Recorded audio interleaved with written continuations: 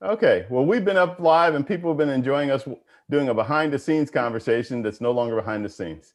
Good afternoon, everyone, and welcome to a very special and very unique edition of All Things Aviation. Of course, I say that about every show, but I have been trying to round up this world-class group of guests for a while. So needless to say, very much looking forward to continuing our conversation that we've already been having. But I would be remiss not to make a couple of significant acknowledgments. I will start with a couple of heartfelt ones. First and foremost, my mother passed away suddenly about a week before Thanksgiving, which is why I've been off the grid for the last couple of weeks. She was 86 years old and lived a wonderful life.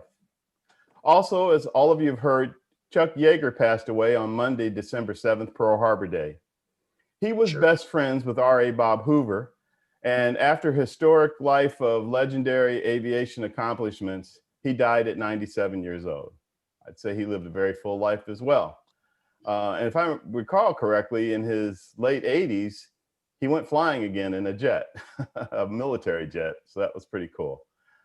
On a much more uplifting note, Tuskegee Airman and Air Force retired Brigadier General Charles E. McGee turned 101 years old this past Monday, December 7th.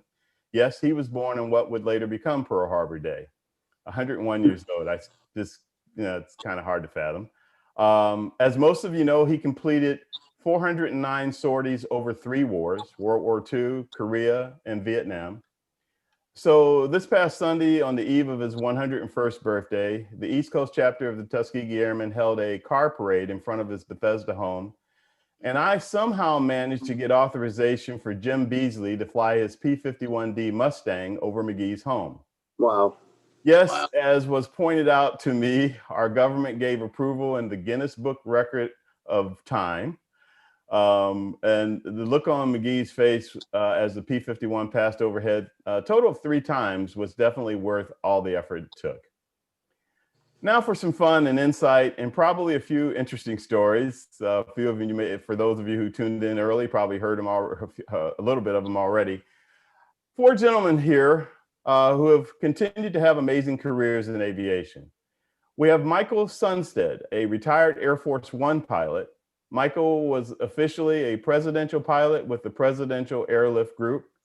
He's now captain of White Wing Company at Bradley International Airport, still doing VIP executive lifts in the civilian world.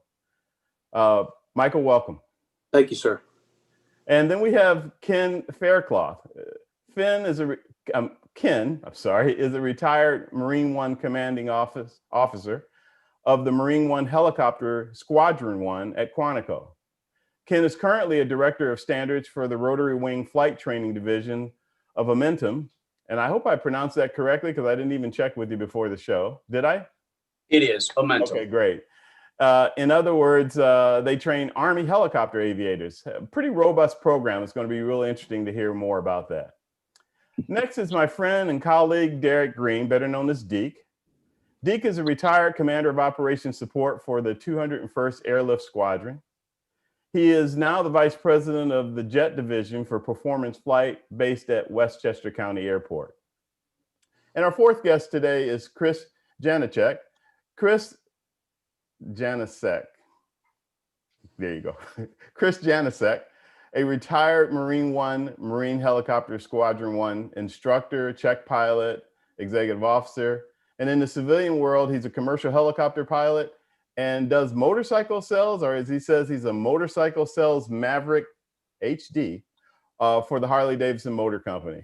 Welcome everybody to the program. Thanks, Vince. Thank you. Really glad to have you guys on here. What a wealth of experience and knowledge that all of you possess with everything that you have done. But I wanted to start out with kind of telling a little bit more about yourselves and what you did, starting with the VIP executive airlift, in other words, Air Force One and Marine One, and what that was like, how you got into it, how you even got into aviation. So why don't we start with Chris? And Chris, why don't you tell us a little bit about your background, where you're from, and that type of thing? All right, Vince. I'm kind of a nomadic kid. My dad was Navy, lived both coasts, a couple random places in between. I have kind of a broken history, I guess you could say, or broken path getting into the Marines and flying and stuff. Kind of goofed around a lot in college, some junior college stuff, running nightclubs. You goofed around in college? None of us did I that. wasn't a very focused student. I actually got dropped. Well, I was hurt for OCS, got dropped. I had to reapply a couple years later Wow. because I really wanted to fly helicopters in the Marines. You know, I saw a bunch of great TV shows as a kid, and just stuff just stuck in my head, and that's what I wanted to do. You know, and then I did kind of the standard. Kind of fleet rotation, a couple tours, you know, over in Iraq, flying wise, ground wise, and then I got a little tired of that after 3 deployments. I was looking for a break, and I actually thought about getting out of the military, but then the market kind of fell apart in '08, and I really wasn't ready to go back to the sandbox. And I said, hey, what's this Marine One stuff all about? I can apply for that. So that's what kind of set that in motion. Did that 4 years, and then just kind of kept moving through the fleet, kept flying as long as I could until they retired my helicopter, and then I was a staff guy at a couple levels. So that's sort of my thing. And it's odd you bring up Chuck Yeager. That the whole path started because when I was about 10 years old, we went to the air station at Miramar and we watched The Right Stuff. And Oh wow, yeah, that's an inspiring movie. Yeah, very Yeah. much so.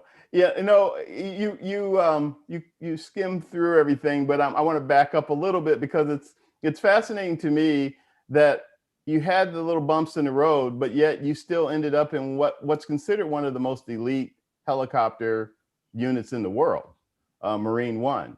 So was it that easy for you to get in, or that good of a helicopter pilot, or did you have to really like button down a bit? I think what it is, it's just, you know, on a personal level, you know, I'm not the smartest guy in the room. I mean, John can tell you that. Like I get stuff done. I'm kind of lucky more than good a lot of times. I get it done. But I think at the end of the day, it's you have to have just good playground skills with other people. You got to share your toys, look out for other folks, because, you know, like we were talking before about Stacy Sheard, you know, she helped me a lot after I retired. So I keep doing that for other people. I have, you know, crew chiefs that got out, went to college, and they start hitting me up, and now they're flying air medical stuff, you know, tour stuff. And it's just, you just keep working as hard as you can. And the Marine Corps says plant or grow where you're planted. And that's just what I try to do. So Chris, let me go right to it. If you were talking, and you are talking to, because we have everywhere from middle school all the way up to post grad watching this program. So you're talking to a high school kid, and they're doing some of what you were doing. Their grades may not be great, or they may not be taking it too seriously about studying, and they don't even know what they want to quite do yet, but maybe they do like aviation. What kind of advice would you give them? Study more, play less. I don't know. I was that kid. I was the kid the ADD kid that was in the hallway, you know, didn't do a whole lot of great grades as a youngster. And then I just got interested in stuff and it's like, well, I can get better grades. And I just start working through those things. But just whatever your interest is, just get involved in that and figure out what it's about, you know, learn everything you can about it. You know, as a youngster, go hang out at an airport and, you know, at an FBO and just talk to old timers with airplanes. You know, I even, when I was 12, I worked at the museum, the Aviation Museum out on Long Island, just helping guys clean bird nests out of airplanes and just keep that fire going. Yeah. Ken, I'm guessing that Chris is a lot smarter than he's claiming with us, and and that he has done some really great things. And we were just talking earlier before the program started. Flying Marine One is no joke. I mean, it's serious business, and takes a lot of skill, and you got to really be on your P's and Q's with everything. And they use the term, and I'm probably not getting it 100% correct, but it was basically saying no room for error, or no error. You know, you just can't, you just don't have room for error when you're flying, you know, the president in those type of aircraft, in a helicopter or the Air Force One, which becomes Air Force One once the president's on. So can you help expand on that a little bit? Sure. we would call it the no-fail mission, and it was certainly a No-fail. no-fail mission for Air Force One also. And one of Chris's jobs as a White House liaison officer, we called it WELO, but as a White House liaison officer, Chris would go in advance of the team bringing the airplanes in. Chris would be out about a week early, and he would set everything up. So, and that would be, all the things that we're not going to talk about, and but including hotels and car reservations and parking ramps, and I mean, you name it. The White House liaison officers set all that stuff up for the team when we came in. But he was always on the road, and routinely he was there 3 or 4 days before we were. We rolled in. For example, let's say if I was on the trip, he and I would work together. We would prepare the brief, and then we would brief it and fly a very successful mission each and every time. Again, like I said, it was a no-fail mission. Yeah. So how big was the team that he would be doing this pre-planning for? We would typically send 5 airplanes on the road, 5 helicopters on the road. And so that's probably 75 or 80 Marines Wow. all total that he's for Los Angeles or New York City or London. And he's going to set everything up, and we're going to walk in the door, and he's going to hand us hotel rooms and rental car keys. Sure. And then ramps and hangar space and food, everything is already arranged. So they're a class act. Ken, how did you get into aviation and end up being a Marine pilot, et cetera? So I'm a South Alabama country boy, and my grandfather was a farmer, and the local crop dusters runway faced their house about a mile away, and that bi-wing yellow ag cat would fly over at treetop level every day. And finally, Granddaddy took me over there, and I went flying with the crop duster. And we buzzed people swimming in fish ponds. We would fly beside people in tractors. We'd go nose to nose with cars going down the highway. I mean, it really lit my fire. And so that was in late elementary school, junior high school, that I was able to have 3 or 4 flights with him. And it was really motivating and kind of lit the fire. Then I went off to college, and I can't lie, Top Gun came out, and that was probably the deciding factor. And so I joined the Marine Corps, and I went to school, got my degree in mathematics. I was going to be a high school math teacher and a football coach. And I said, well, shoot, I'll go join the Marine Corps. And my contract was 4.5 years after my winging. So I said, we'll go do this for 4.5 years, and then we'll go be a high school football coach and a math teacher. And but every time it came time to make a decision, something good happened. And the next thing you know, 27 years later, we're out of the Marine Corps and moving back home, and coming to work for what is now Amentum. We were just bought, but our new company name is Amentum. And we have a little over 300 civilian instructor pilots. And we conduct the initial entry rotary wing flight school for the Army. So we get all the robust operation. It is. We put about 1,400 young warrant officers and young second lieutenants through our program every year, in support of Army aviation. So a couple of questions. One, what do you recommend to our aspiring young aviation professionals in terms of maybe they haven't had the exposure that you guys have had in your youth, in terms of some of you've had in terms of being around aviation or having a chance to go up in a plane, but they love aviation. They know they have an interest in it. What do you say to them? It's going to be cliche-ish, but to follow your dreams. And I hate to say something that is so common, but it is in reality the absolute truth. And go to college and get your degree and join the Marine Corps. You can join the Navy or the Air Force if you want to, but join the Marine Corps. And join the Navy. Oh, go ahead. I'm sorry. And but if college is not for everybody, and a lot of young warrant officers come right out of high school, and they're successful in joining the young warrant officer program, and they're able to go to flight school. And So they're able to start their career off and be Army aviators for 30 years. Yeah. And if you choose not to do that, then follow your dreams to a civilian flight school. Absolutely. Chris, I saw you nodding, very much in agreement with that. I think Colonel Faircloth, he's got a really good just point there. It's that there's something inside of folks, and it talks to who they are as a person, and it's your dream or whatever. And I mean, whether it's military flying or civilian flying, I mean, it's worth working that extra shift at Red Lobster to get that ramp fee so you can rent an airplane. I mean, if the Marine Corps had a Cessna that said Marines on it, I'd fly it. I mean, it's something about the middle of who you are and speaks to your soul. So if you're mildly interested at all, just start talking to people and figuring it out. Read some books about it. Just the romance of aviation. So one of the things that I find pretty fascinating about what you guys all do is the precision that you do it with. So I'm going to go to you, Mike, and to you, Deke, and talk about the other side of the fixed wing side of it in terms of Air Force One. But you guys coordinate very closely with Marine One when applicable and that type of thing. And the operations, we've had Tamara Cullum on before, who was Air Force One flight attendant, and it's just amazing the coordination and the precision that you guys do things. I'll let either one of you speak to that. Go ahead, Deke.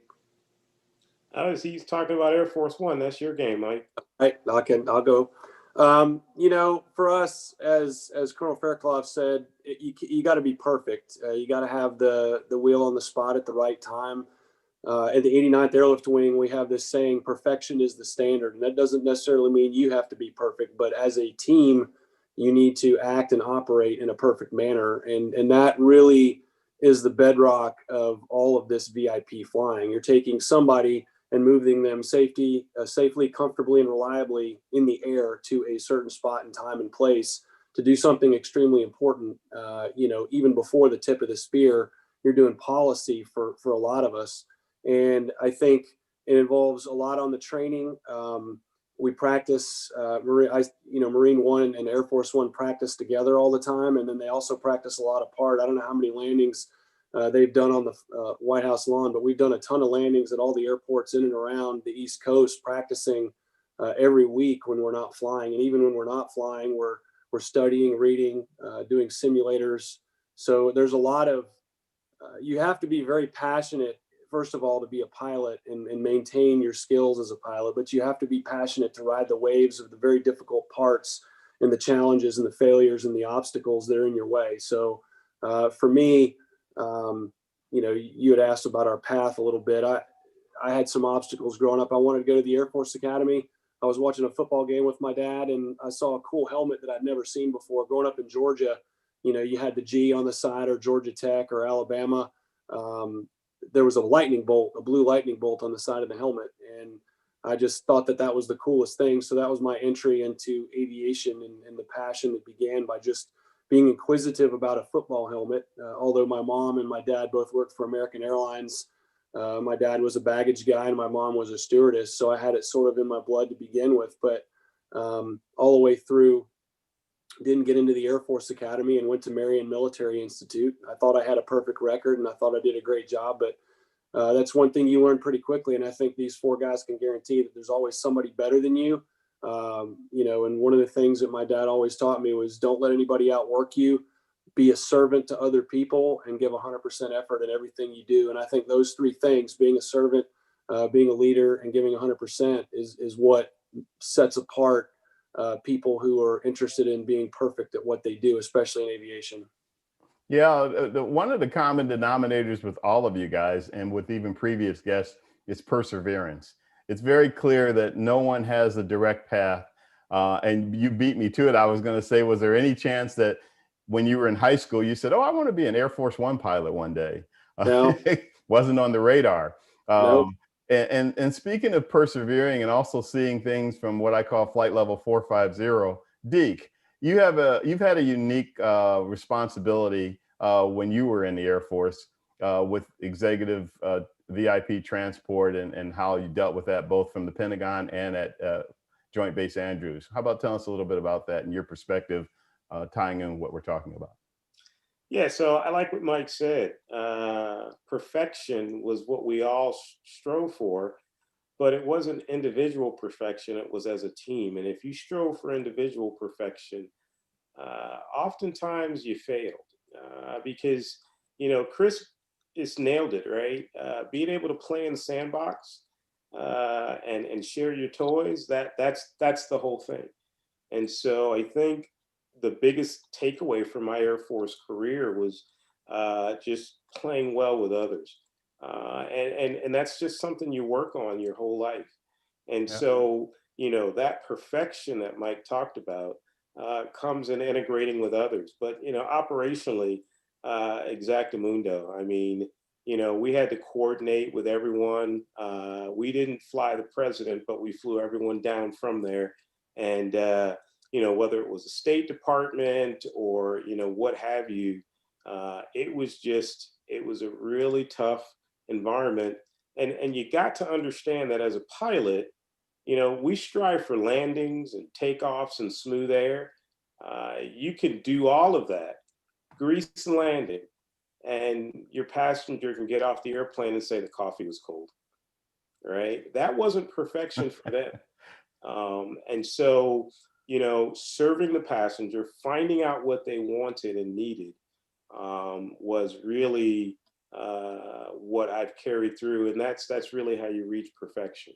Yeah, that's interesting you say that, because one of the when I was with the National Business Aviation Association and dealt with the corporate flight departments, one of the Fortune 500 companies that flies a Gulfstream 600 or 650 would do it around the world flawlessly, safely, but they lost the internet or the connectivity for 20 minutes during part of that flight.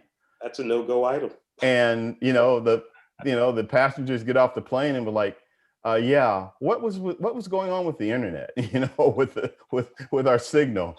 And the pilot's thinking, really? I just took you around the world. We did 8 stops or whatever it was, and you want to know why we lost 20 minutes of connectivity. So yeah, it makes a lot of sense. Deke, tell us a little bit more about your background, how you got into it, and also a little bit more specifically about your job in the Air Force. What exactly did you do? But first of all, how'd you get there?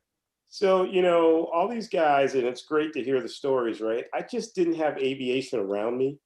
I love Ken's story about facing down the business end of a runway a mile from his house. I just didn't have that. I had 2 brothers who went to the Navy and had no interest in aviation.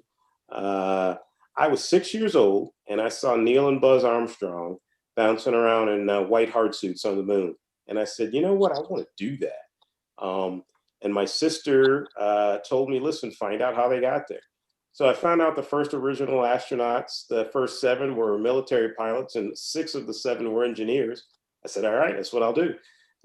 So went through school, and that's, I had my head down and got an engineering degree.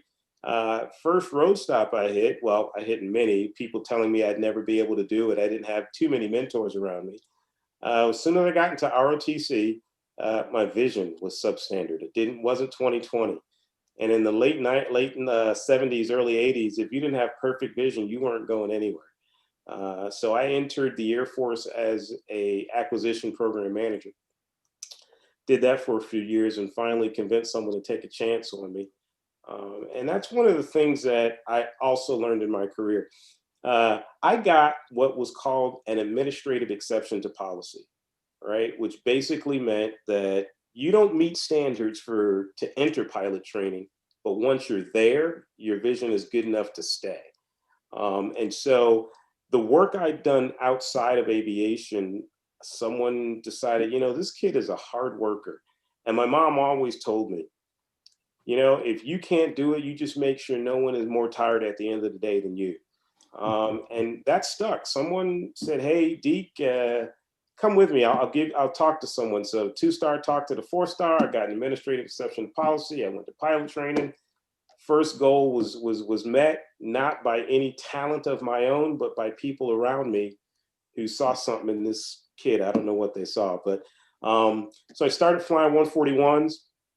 That was just a great experience. Got to fly all around the world, learned a lot about teamwork, 7 to 14 people on the aircraft.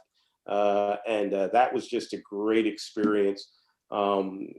Did some fast mover time in the T-38, teaching fighter pilots in their initial training phase there. Did some T-1 flying, teaching heavy pilots. Went to the Pentagon from there, learned to fly helicopters, civilian. So that, Ken, that's why I was asking you and Chris about those landings, because that's tough.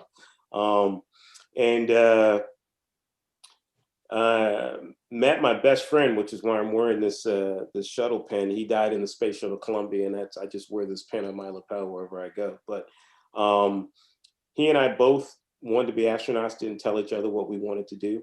And he got in. I got a master's degree in aerospace engineering. I applied. Then I was accepted by the astronaut board, but then the docs said, yeah, your vision though. So I had to go back and go fly for back to square one again, huh? Back to, well, flying for the VIP airlift at the Air Force is not too bad of a fallback, but you bet I was disappointed. So, the mixture of things I got to do, starting non-flying, helped me when I was a flyer to move through the ranks and understand what it takes to get the business end of the stick, into the fray. And so I actually enjoyed doing some desk jobs, and just got to learn a lot more about building things and designing, systems. And then I retired in 07, and basically run a VP operation out of Westchester, doing the same thing, getting customers what they want, helping them buy aircraft, teaching others to fly jet aircraft, and managing that whole effort. So yeah, before that, you were at General Electric, GE, and that was quite the operation that you were running there.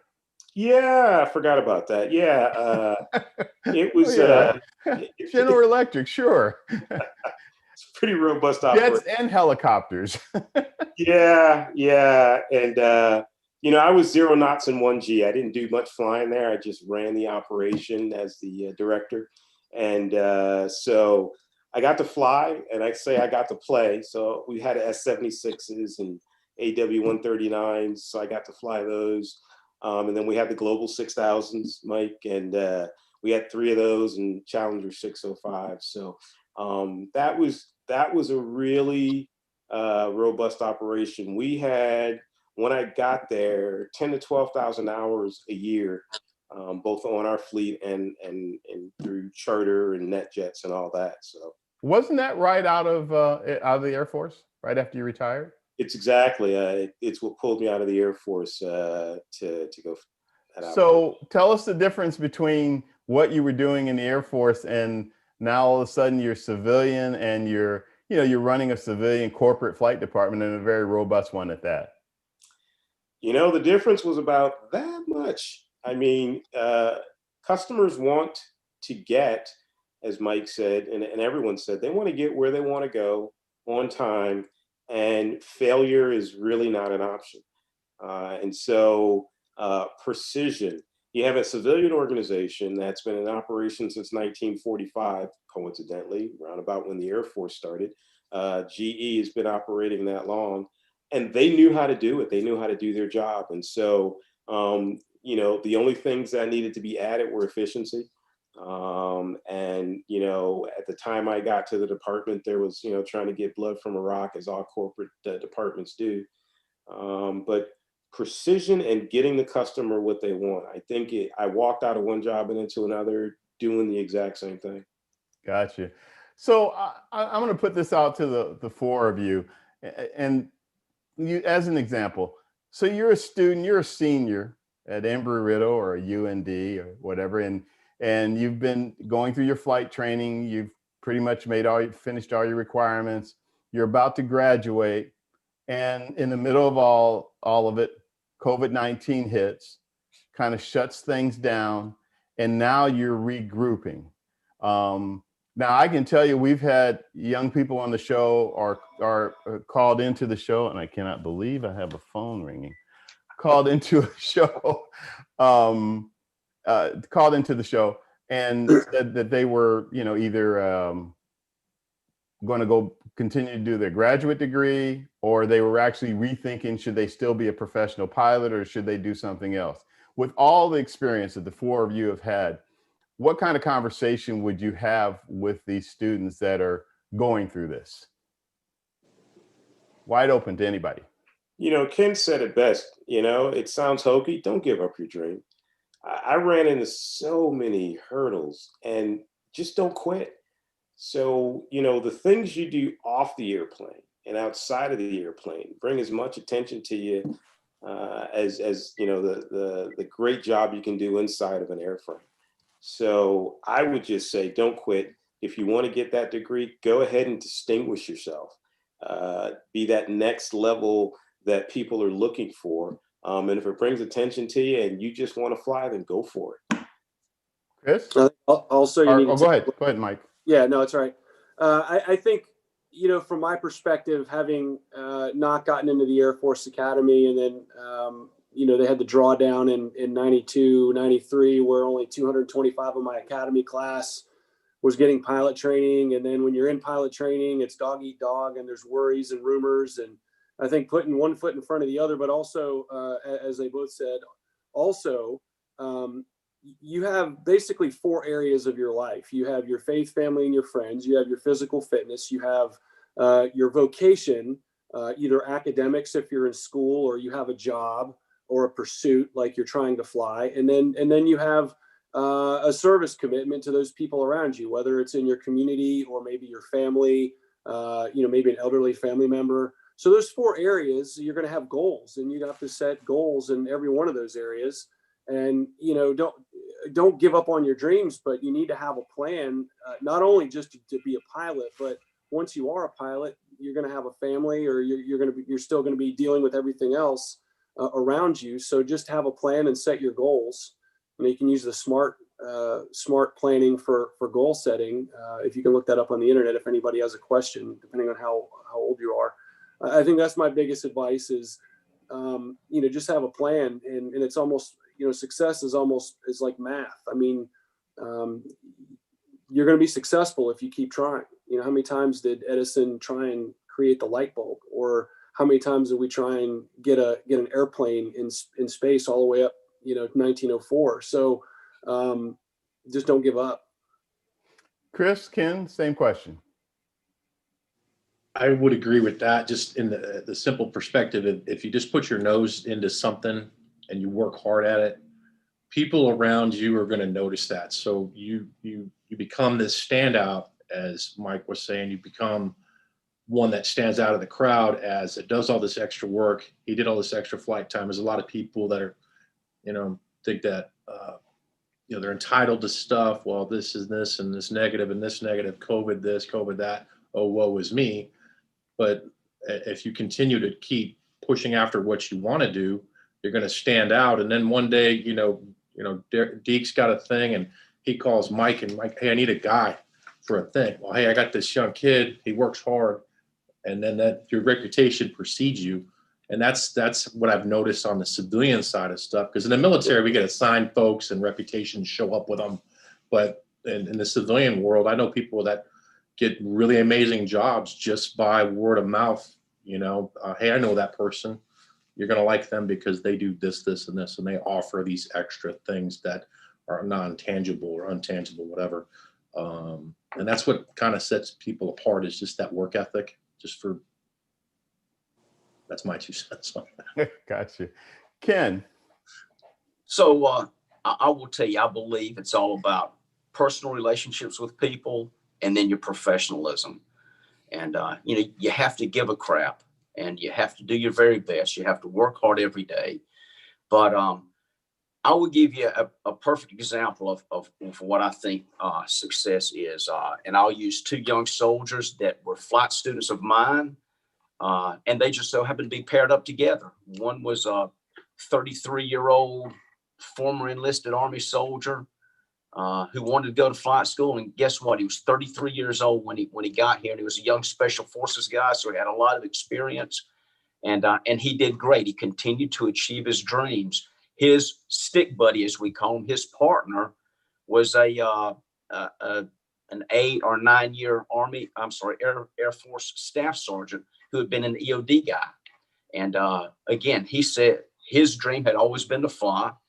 And he exited the Air Force and joined the Army in that warrant officer program. So, two very distinct differences and career paths, but success in the end, all the same. Yeah. When you're looking at, Ken, when you're looking at applicants to join your flight instructor group there that teaches Army pilots, what do you look for in the people that apply? And, does it matter if they're civilian or military, or are there other things that are more important that you look at? To come work for the company, it does not matter whether you're a military or civilian. You have to have, if you're a civilian, you have to have your certified flight instructor or your certified instrument flight instructor. You have to have, I think it's 500 instructor hours. You have to have a minimum of 2,000 hours, I believe is the number. And then you have to have a certain amount of night time, and then a certain amount of instrument or weather time or simulated time. But all that time adds up together.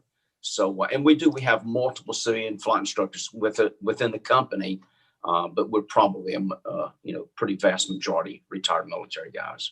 Gotcha.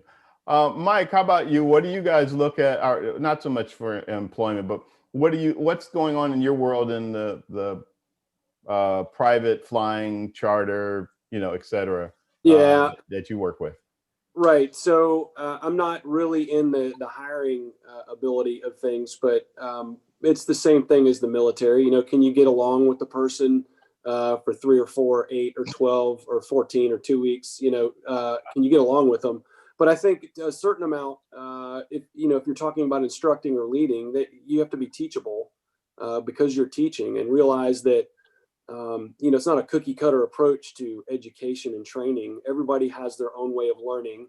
Everybody has their own, way to receive feedback. And let's be honest, with aviation, the worst thing you can do is have a bad landing, high flare, float, go long, go around. I mean, failure is inevitable in aviation, and you have to be able to pick yourself up, dust yourself off, and receive feedback in a suitable manner. If you can't receive feedback and your ego's too big, you're not going to go far in aviation. You're definitely not going to get a job working for these, other 4 guys here that are here. It's very difficult to secure a position now, especially in aviation, if you're not malleable in working with. It doesn't matter who. Pick any person. You've got to be able to understand that there's a family behind that person, or a background and education, and it's not the way you've done it. So looking at somebody through their own eyes and being able to reach them, especially igniting their passion, like Colonel Faircloth had earlier. Somebody ignited his passion in aviation, and he had to sustain that. He had to have a flame and a fuel source for that. So that's the biggest thing that I think I can point to is what I just said. Well, one of the things that you guys all are talking about, it has been resonating throughout this entire program, is teamwork, the ability to get along with others, how you project yourself to others, et cetera, and so forth. And that seems to really stand out, probably more than just about anything else that you've actually talked about. And you're all on the same page with that. You're all saying it in somewhat different ways, but you're pretty much covering the same territory with that.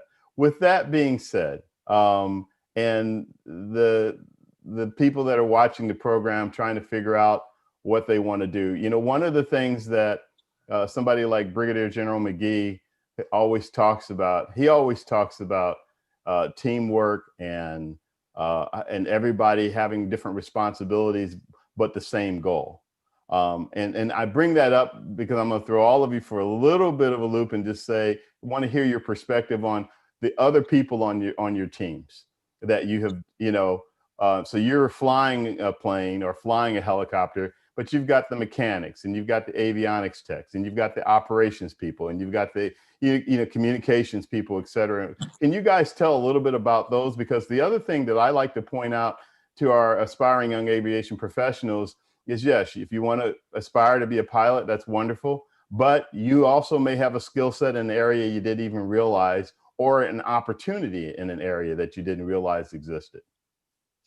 Flying the 141, that was just so in your face. Like I said, we had 7 to 14 people on a crew, depending whether I was doing airdrop or when we were flying for DV at Andrews, taking people to important places around the world. And they have more interaction with the flight attendants, for example, have more interaction with the customers. And it was no secret to me, they were the most valued people on the team. I mean, they wanted us to get there safe. Is that what I did as a pilot? But those guys, we'd also carry security personnel. And so the challenge, and I'm still working on that, right? And I'm an ordained minister, and I still work on just how do you talk to people? How do you pull the best out of those people? And the most important thing I come away with is they have to understand that they're a very important part of the team. If I have a team member who doesn't feel like they're important, then my team has failed. And so how do I get each of those people to do those things? The mechanics, plane will come out of overhaul. I put them on the airplane for the flight, then the first flight out of an overhaul or something like that. Soliciting their input on whether the airplane was a go or no go, or what the problem was and how do we have to fix it, and all of those different things. If your team member doesn't feel like they're important, your team has failed. Ken, with your, as an example, I mean, you guys have a robust flight instructing operation. Is that something you have to instill in the pilots, or is it just part of your program? How do you guys look at that and teach them the importance of teamwork and the importance of all the support personnel it takes to make a good team fly well? Yeah, as you know, all of aviation is pretty detailed, and regulations and rules and standard operating procedures and all those kind of things flow in the aviation world, or the results of failure are catastrophic. So again, I'll say it's about professionalism and being dedicated to the task, and being able to work with others, because when things go wrong with the airplane, you've all got to be able to function under a time of pressure, for lack of a better term. And we don't fly with crew chiefs in the UH-72, the EC-145, but so it's when I'm flying, it's me and 2 young warrant officers or a second lieutenant. So we don't have any crew members in the back, but there's certainly a teamwork there if something goes wrong in the cockpit, with the airplane. But that said, on the ground before the flight or after the flight, there are contract mechanics on the flight line to help us, and we work well with those guys. There's a good communication and camaraderie, and we work together to figure out whether the airplane is ready to fly or not, or if we can, there are a lot of times you can go flying. You don't need a windshield wiper on a clear blue sky day. So a lot of times you can go flying without things. Mm-hmm. But you work with those mechanics and those inspectors to make sure that the airplane is flyable. Sure.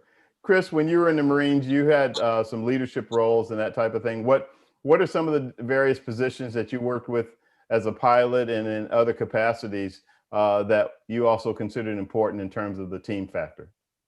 Well, I think everything that we did in the Marine Corps, the team is what it is, and I think if you don't treat people like Colonel Faircloth said before, you don't give a crap. They're not going to give it back to you. They'll do what they're told because there's rules and regs that says they have to, but that doesn't mean they have to give you your best.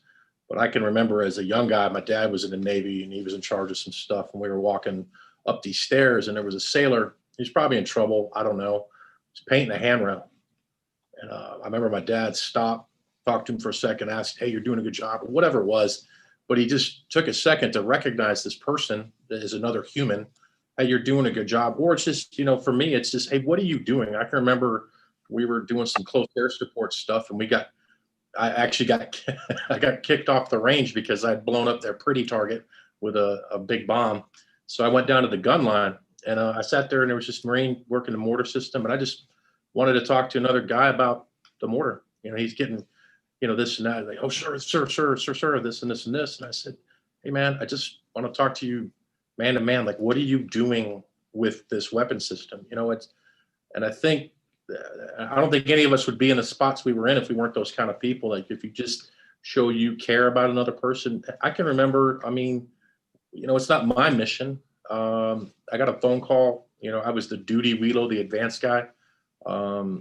There's a mission going on overseas, in some sandbox kind of place, and nobody on site knew where the nose gear was for a 747 based off the front of the aircraft, or where the nose gear was on a C-17.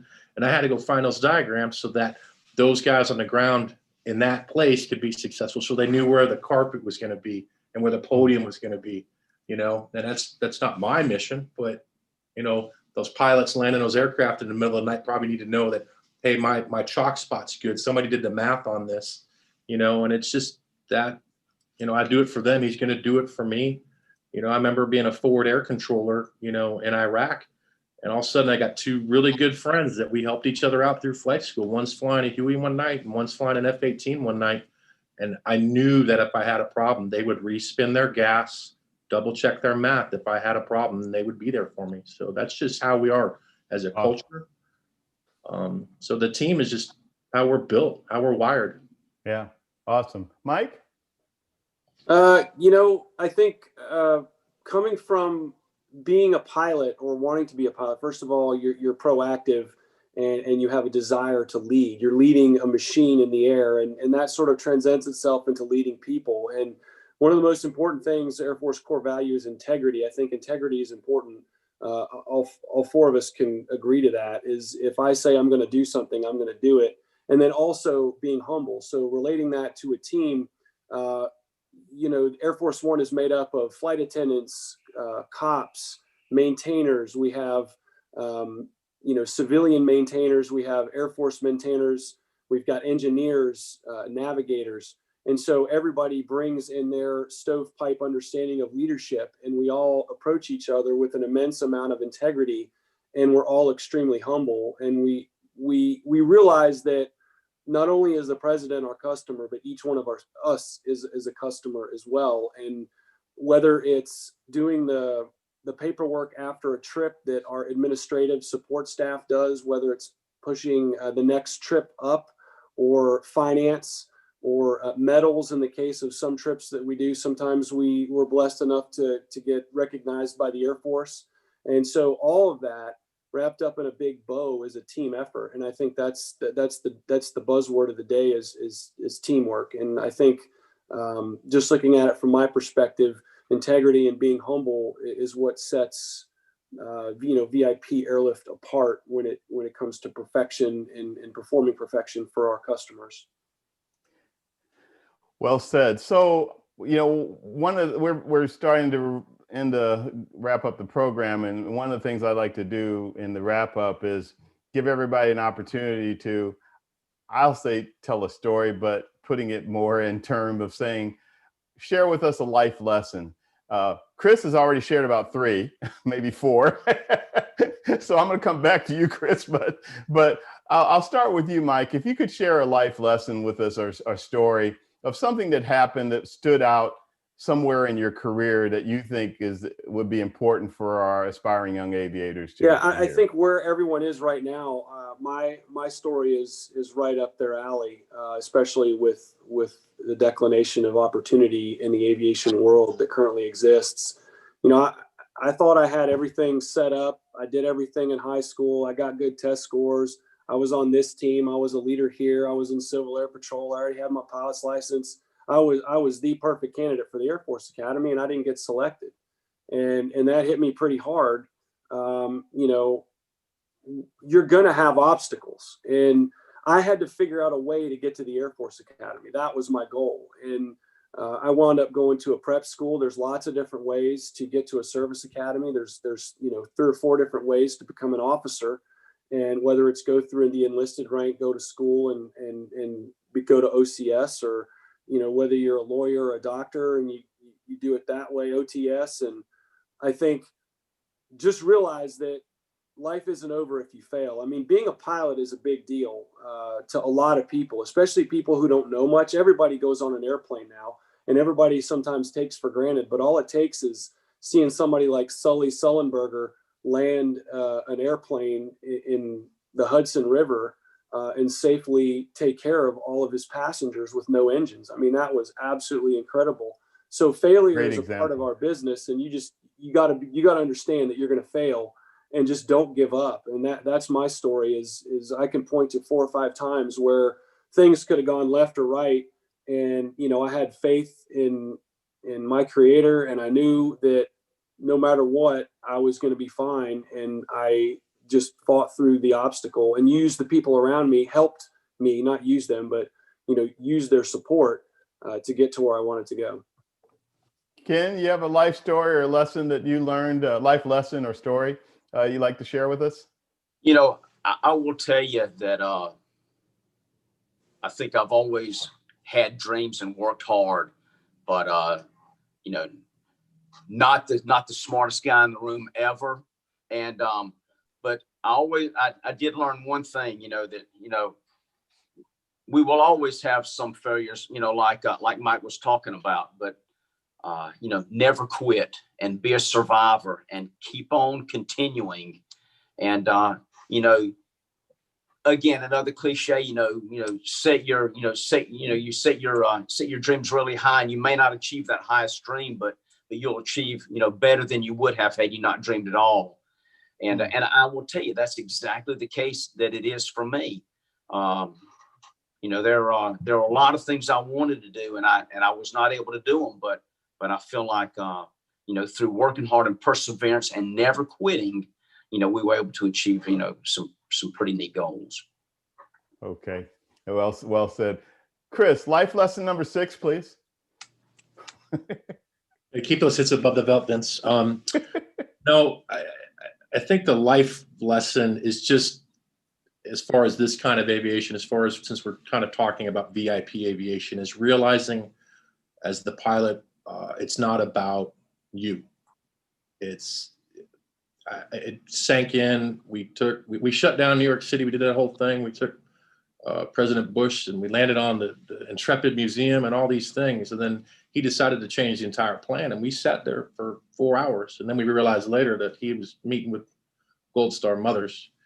And then it really sank in, like, hey, it doesn't matter what I did in the past. I could have been the best instructor pilot and this and that and the other. And we shut down this city, and I have stuff to do tonight. I got people I'm going to meet, but it's not about me. It's about who you're providing your service to, whatever part of aviation it is. So just always be selfless, and it'll reap its own rewards.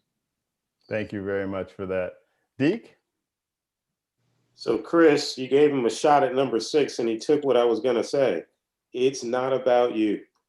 The only reason I'm a pilot is because, and Mike brought this up, as a pilot, most of us are pretty type A. We get her done. And so when you start to understand that if you use that ability and that skill to get whatever done needs to be done. In my case, I was noticed because I was doing a lot of community work, and it was about helping people in need, helping people. We were building houses for people who needed houses. We were doing a ton of community work, and someone who knew that I had a goal. And honestly, at this point, because of my vision, I had just kind of said, all right, God, you don't want me to be a pilot. I get it. I give up. I had a civilian license, but I thought, okay, the military just not going to be for me. Someone came to me because of other people who talked about me. And it was because they saw that I was just willing to give. And servant leadership is probably one of the most important things that I've ever picked up. And again, I'm still working on it. And if you realize it's not about you, you will get some of the things in life that you most desire. And so I just say keep that mentality strong, and just try to serve and help others. Wow, thank you. You guys have really brought this home in terms of what's important, and some great insight and advice to give to the aspiring young aviation professionals out there that are looking at aviation as a career and the different things that it offers. Amazing backgrounds again with you guys, and amazing input. Really appreciate all of you making time to be on this program and sharing your thoughts with regard to opportunities that are out there. And wish you all a very happy holiday season Thank you. as we Thank you. wrap up, and may we all have a better 2021. That's right. Thank you for the opportunity, Vince. Appreciate it. Yeah, it's wonderful to have all of you on, and appreciate you guys. So anyhow, take care. That's it for all things aviation. We have one more show next week, and we have a few surprises on that. So I'll leave it for the surprises. But looking forward to that being the last show of the year. And again, appreciate you guys. Everybody, thanks for watching, and have a great rest of the week and weekend. All right, take care, everybody. Thanks, Vince.